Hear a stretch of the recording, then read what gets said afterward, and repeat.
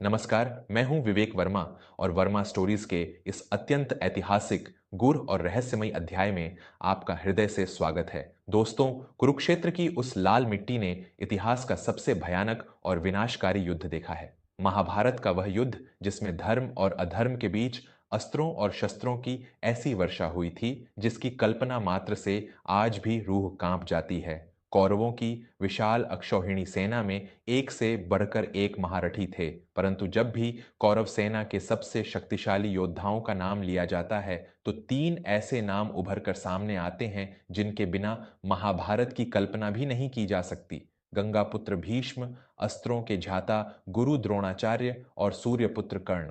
आज भी सदियों बाद चौपालों पर, घर के आंगनों में और विद्वानों के बीच यह प्रश्न अक्सर गूंजता है कि इन तीनों में से सबसे शक्तिशाली कौन था। यदि इन तीनों के बीच कभी सीधा युद्ध होता तो विजय किसकी होती? क्या अजेय इच्छा मृत्यु का वरदान पाए पितामह भीष्म श्रेष्ठ थे, या फिर देवों के अस्त्रों के स्वामी गुरु द्रोण, या वह सूर्यपुत्र कर्ण जिसके कवच और कुंडल को स्वयं देवराज इंद्र भी नहीं भेद सकते थे? आज की यह कहानी कोई साधारण तुलना नहीं है, बल्कि महाभारत के पन्नों से निकाली गई शक्ति, त्याग और मर्यादा की एक ऐसी महागाथा है जो आपके रोंगटे खड़े कर देगी। गंगापुत्र पितामह भीष्म, अजेयता का साक्षात प्रमाण। महाभारत के इस त्रिकोण में सबसे पहला नाम आता है कुरुवंश के सबसे वयोवृद्ध और शक्तिशाली योद्धा देवव्रत का, जिन्हें संसार भीष्म के नाम से जानता है। भीष्म कोई साधारण मनुष्य नहीं थे,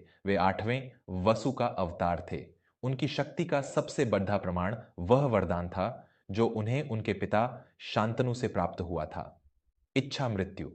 इसका अर्थ था कि स्वयं मृत्यु भी भीष्म को उनकी आज्ञा के बिना स्पर्श नहीं कर सकती थी। भीष्म की शक्ति का अंदाजा आप इसी बात से लगा सकते हैं कि उन्होंने अपने ही गुरु भगवान परशुराम से लगातार 23 दिनों तक युद्ध किया था। भगवान परशुराम, जिन्होंने इस पृथ्वी को 21 बार क्षत्रिय विहीन कर दिया था, वे भी भीष्म को पराजित नहीं कर सके थे। जब कुरुक्षेत्र का युद्ध आरंभ हुआ तो भीष्म 10 दिनों तक कौरव सेना के मुख्य सेनापति रहे। उन 10 दिनों में भीष्म ने पांडव सेना का वह संहार किया जो कोई और नहीं कर सका। वे प्रतिदिन 10,000 सैनिकों और महारथियों का वध करते थे। एक दिन युद्ध भूमि में भीष्म का रौद्र रूप देखकर स्वयं भगवान श्री कृष्ण को अपना प्रण तोड़ना पड़ था। जब अर्जुन भीष्म के प्रहारों को नहीं रोक पा रहे थे, तब श्री कृष्ण ने रथ का पहिया उठा लिया था और भीष्म की ओर दौड़े थे। तब भीष्म ने हाथ जोड़कर कहा था, आइए त्रिलोकीनाथ, आपके हाथों यदि मेरी मृत्यु लिखी है तो यह मेरा परम सौभाग्य होगा। आज मेरा जन्म सफल हो गया। भीष्म के पास दिव्यास्त्रों की कोई कमी नहीं थी। उनका अनुभव, उनकी युद्ध कला और उनका इच्छा मृत्यु का वरदान उन्हें महाभारत के युद्ध में एक ऐसा अजेय पर्वत बनाता था जिसे कोई शस्त्र नहीं काट सकता था। गुरु द्रोणाचार्य अस्त्र शस्त्र के महासागर शक्ति के इस दूसरे शिखर पर विराजमान हैं। गुरु द्रोणाचार्य द्रोणाचार्य महर्षि भरद्वाज के पुत्र और देवगुरु बृहस्पति के अंशावतार थे।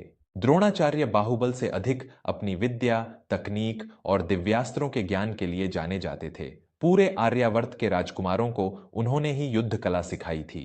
उनके पास ब्रह्मास्त्र, नारायणास्त्र और पाशुपतास्त्र जैसे ब्रह्मांड के सबसे संहारक अस्त्र मौजूद थे। गुरु द्रोणाचार्य की सबसे बड़ी विशेषता यह थी कि जब तक उनके हाथ में कोई शस्त्र है, तब तक तीनों लोकों में कोई भी देवता, दानव या गंधर्व उन्हें पराजित नहीं कर सकता था। वे व्यूह रचना के सबसे बद्धे झाता थे। कुरुक्षेत्र के युद्ध में जब पितामह भीष्म बाणों की शैया पर लेट गए, तब द्रोणाचार्य को सेनापति बनाया गया। द्रोणाचार्य ने ही वह अभेद्य चक्रव्यूह रचा था जिसे केवल अर्जुन, श्री कृष्ण और प्रद्युम्न ही भेदना जानते थे। उसी चक्रव्यूह में वीर अभिमन्यु ने वीर गति प्राप्त की थी। गुरु द्रोण का युद्ध कौशल इतना तीव्र था कि वे एक साथ हजारों बाण छोड़ सकते थे। 15वें दिन के युद्ध में द्रोणाचार्य ने अपने क्रोध की अग्नि में पांडव सेना की कई अक्षौहिणी सेनाओं को भस्म कर दिया था। जब पांडवों को लगा कि द्रोणाचार्य को युद्ध में हराना असंभव है, तब श्री कृष्ण ने कूटनीति का सहारा लिया। भीम ने अश्वत्थामा नामक एक हाथी का वध किया और धर्मराज युधिष्ठिर ने गुरु द्रोण से कहा, अश्वत्थामा मारा गया परंतु नर नहीं कुंजर। अपने पुत्र अश्वत्थामा की मृत्यु का समाचार सुनकर गुरु द्रोण का हृदय टूट गया। उन्होंने अपने अस्त्र शस्त्र उसी क्षण जमीन पर रख दिए और ध्यान मग्न हो गए। केवल उसी निहत्थी अवस्था में धृष्टद्युम्न उनका शीश काट सका। यदि द्रोणाचार्य शस्त्र न छोड़ते तो उन्हें हराना असंभव था।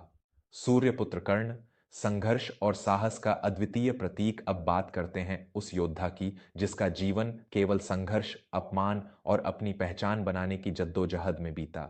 सूर्यपुत्र कर्ण। कर्ण महाभारत का वह सितारा था जिसकी चमक को हर किसी ने छिपाने की कोशिश की, लेकिन वह उतना ही प्रखर होकर चमका। कर्ण जन्म से ही एक अभेद्य स्वर्ण कवच और कुंडल के साथ पैदा हुआ था।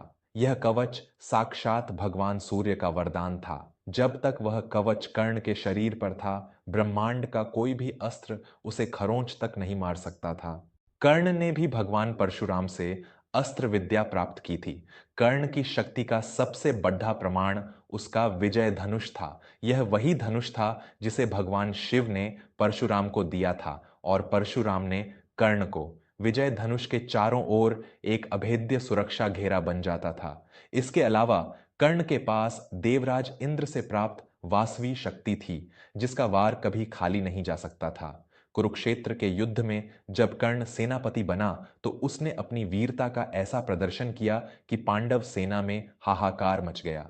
कर्ण ने युद्ध के दौरान नकुल, सहदेव, युधिष्ठिर और भीम इन चारों भाइयों को युद्ध में परास्त कर दिया था। लेकिन माता कुंती को दिए गए वचन के कारण उसने कहा, मैं तुम्हें जीवित छोड़ देच रहा हूं क्योंकि मैंने माता कुंती को वचन दिया है कि उनके 5 पुत्र हमेशा जीवित रहेंगे। मेरी शत्रुता केवल अर्जुन से है।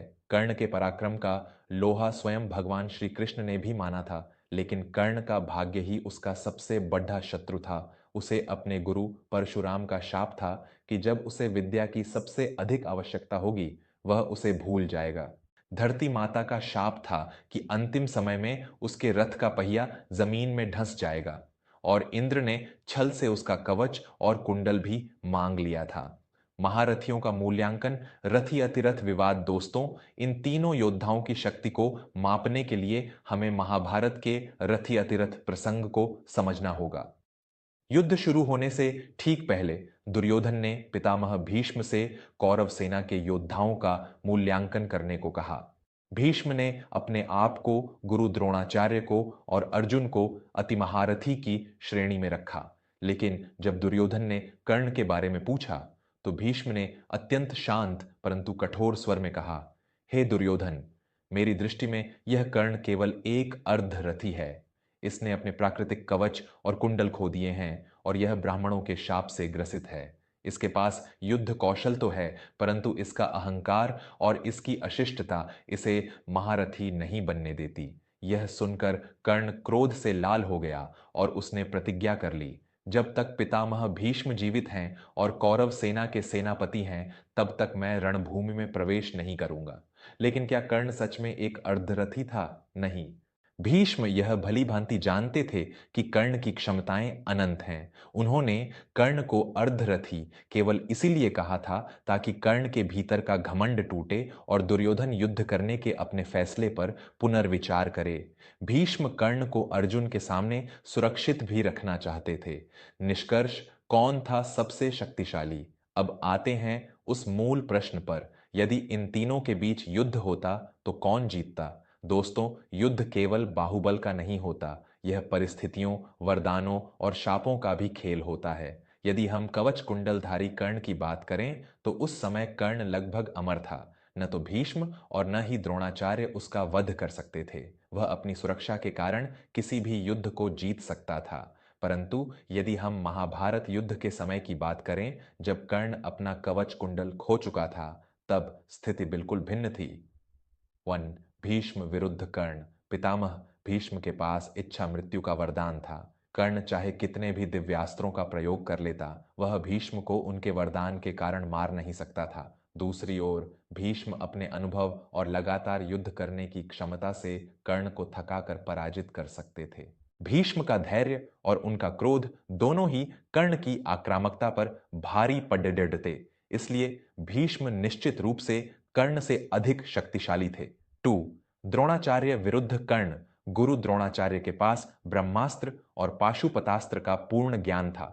यद्यपि कर्ण के पास भी दिव्यास्त्र थे, परंतु उसे शाप था कि वह अंतिम समय में उन अस्त्रों का मंत्र भूल जाएगा। गुरु द्रोण को ऐसा कोई शाप नहीं था। जब तक द्रोण के हाथ में शस्त्र थे, उन्हें हराना असंभव था। युद्ध तकनीक और व्यूह रचना में भी द्रोणाचार्य कर्ण से कहीं आगे थे। इसलिए एक सीधे और लंबे युद्ध में गुरु द्रोण की विद्या कर्ण के बाहुबल पर विजय प्राप्त कर लेती। 3 भीष्म विरुद्ध द्रोणाचार्य। इन दोनों महायोद्धाओं में से एक को चुनना सबसे कठिन है। द्रोणाचार्य के पास भले ही दिव्यास्त्रों की प्रचुरता थी, परंतु भीष्म का बाहुबल और उनका परशुराम से युद्ध का अनुभव उन्हें एक अलग ही स्तर पर ले जाता है। भीष्म को पराजित करने का कोई उपाय द्रोणाचार्य के पास नहीं था, जबकि भीष्म अपने प्रहारों से द्रोणाचार्य को निहत्था कर सकते थे। अंततः इच्छा मृत्यु का वरदान भीष्म को इस त्रिकोण का सबसे शक्तिशाली योद्धा बनाता है। महाभारत की असली सीख कौरव सेना के पास इन 3 महायोद्धाओं के रूप में 3 ऐसे प्रलयंकारी सूर्य थे जो अकेले दम पर पांडवों की पूरी सेना को राख कर सकते थे। दुर्योधन को अपने इन्हीं तीनों योद्धाओं पर सबसे अधिक घमंड था, परंतु फिर भी युद्ध का परिणाम क्या हुआ? कौरव सेना हार गई। भीष्म बाणों की शैया पर लेट गए, द्रोणाचार्य को अपने पुत्र मोह के कारण शस्त्र त्यागने पद दिखे और कर्ण रथ के पहिए को निकालते समय निहत्था मारा गया। इन तीनों योद्धाओं का अंत हमें महाभारत की सबसे बद्धी और सबसे गहरी सीख देता है। यह सीख है कि आपके पास कितनी भी शक्ति क्यों न हो, आपके पास कितने भी वरदान क्यों न हो, यदि आप अधर्म के साथ खड़े हैं तो आपका पतन निश्चित है। पितामह भीष्म अपनी प्रतिज्ञा से बंधे थे, गुरु द्रोण हस्तिनापुर के नमक और मोह से बंधे थे और सूर्यपुत्र कर्ण दुर्योधन की मित्रता के आड़ान से बंधा था। इन तीनों ने अपने अपने व्यक्तिगत धर्म और कर्तव्यों को तो निभाया, लेकिन परम धर्म यानी सत्य का साथ नहीं दिया। इसके विपरीत अर्जुन के पास न तो इच्छा मृत्यु थी, न कवच कुंडल, लेकिन उनके रथ के सारथी स्वयं धर्म के रक्षक भगवान श्री कृष्ण थे। दोस्तों, जीवन में सच्ची शक्ति अस्त्रों में या वरदानों में नहीं होती। सच्ची शक्ति होती है सही समय पर सही निर्णय लेने में और हमेशा धर्म का पक्ष चुनने में। जब तक आपका हृदय शुद्ध है और आपका मार्ग सत्य का है, तब तक ब्रह्मांड की कोई भी नकारात्मक शक्ति आपको स्थायी रूप से पराजित नहीं कर सकती। मुझे पूरी उम्मीद है कि महाभारत के इन 3 अजेय महारथियों के बीच यह तुलनात्मक विश्लेषण और इसके पीछे छिपी यह गूढ़ शिक्षा आपको अवश्य पसंद आई होगी। मैं विवेक वर्मा अब आपसे विदा लेता हूं। जल्द ही मिलूंगा हमारे गौरवशाली इतिहास के एक और अनसुने और ज्ञानवर्धक अध्याय के साथ। तब तक के लिए सत्य के मार्ग पर चलते रहें और अपने संस्कारों को जीवित रखें। नमस्कार।